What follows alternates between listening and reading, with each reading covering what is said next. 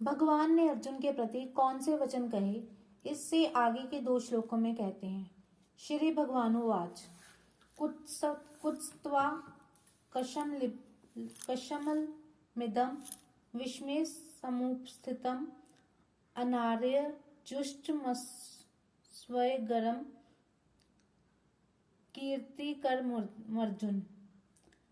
ये संबोधन देने का तात्पर्य है कि तुम स्वच्छ निर्मल अंतःकरण वाले हो, अतः तुम्हारे स्वभाव में कालुष्य कायरता का आना बिल्कुल विरुद्ध बात है। फिर ये तुम्हारे में कैसे आ गई?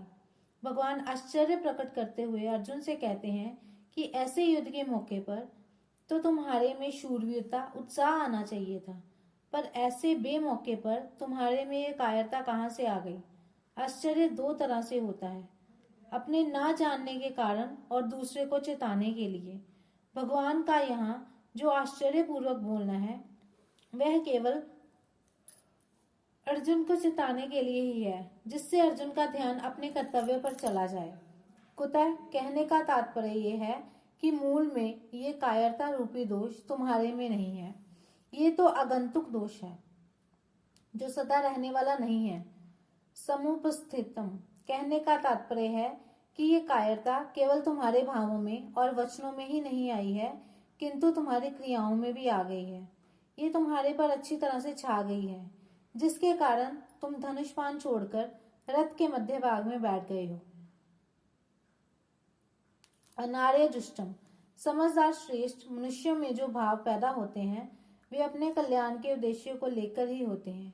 इसलिए श्लोक के उत्तरार्ध में भगवान सबसे पहले उपयुक्त पद देकर कहते हैं कि तुम्हारे में जो कायरता आई है उस कायरता को श्रेष्ठ पुरुष स्वीकार नहीं करते, कारण कि तुम्हारी इस कायरता में अपने कल्याण की बात बिल्कुल नहीं है। कल्याण चाहने वाले श्रेष्ठ मनुष्य प्रवृत्ति और निवृत्ति दोनों में अपने कल्याण का ही उद्देश्य रखते हैं। उनमें अपने कर्तव्य के प्रति कायरता उत्पन्न नहीं होती। परिस्थिति के अनुसार उनको जो कर्तव्य प्राप्त हो जाता है उसको वे कल्याण प्राप्ति के उद्देश्य से उत्साह और तत्परता पूर्वक संगोपांग करते हैं। वे तुम्हारे जैसे कायर होकर युद्ध से या अन्य किसी कर्तव्य कर्म से उपरत नहीं होते। अतः युद्ध रूप से प्राप्त कर्तव्य कर्म से उपरत होना तुम्हारे लिए कल्याणकारक नहीं है।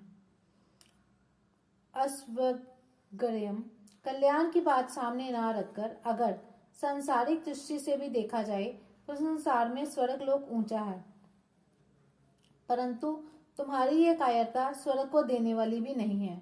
अर्थात कायरता पूर्वक युद्ध से निवृत्त होने का फल स्वर्ग की प्राप्ति भी नहीं हो सकता। अकीर्तिकरम अगर स्वर्ग प्राप्ति का भी लक्ष्य ना हो तो अच्छा माना जाने वाला पुरुष वही काम करता है जिससे संसार में कीर्ति हो, परंतु तुम्हारी ये जो कायरता है ये इस लोक में भी कीर्ति देने वाली नहीं है, प्रत्युत अपकीर्ति देने वाली है। अतः तुम्हारे में कायरता का आना सर्वथा ही अनुचित है। भगवान ने यहाँ अनार्य जुष्टम अस्वग्रयम और अकीर्तिकरम ऐसा क्रम देकर 3 प्रकार के मनुष्य बताए हैं। जो विचारशील मनुष्य होते हैं वे केवल अपना कल्याण ही चाहते हैं, उनका ध्येय उद्देश्य केवल कल्याण का ही होता है। जो पुण्य आत्मा मनुष्य होते हैं वे शुभ कर्मों के द्वारा स्वर्ग की प्राप्ति चाहते हैं। वे स्वर्ग को ही श्रेष्ठ मानकर उसकी प्राप्ति का ही उद्देश्य रखते हैं। जो साधारण मनुष्य होते हैं वे संसार को ही आदर देते हैं, इसलिए वे संसार में अपनी कीर्ति चाहते हैं और उस कीर्ति को अपना ध्येय मानते हैं।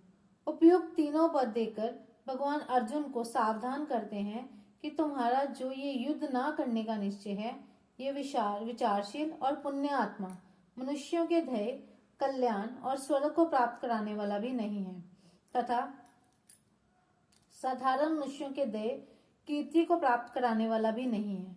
अतः मोह के कारण तुम्हारा युद्ध ना करने का निश्चय बहुत ही तुच्छ है, जो कि तुम्हारा पतन करने वाला, तुम्हें नरकों में ले जाने वाला और तुम्हारी अपकीर्ति करने वाला होगा।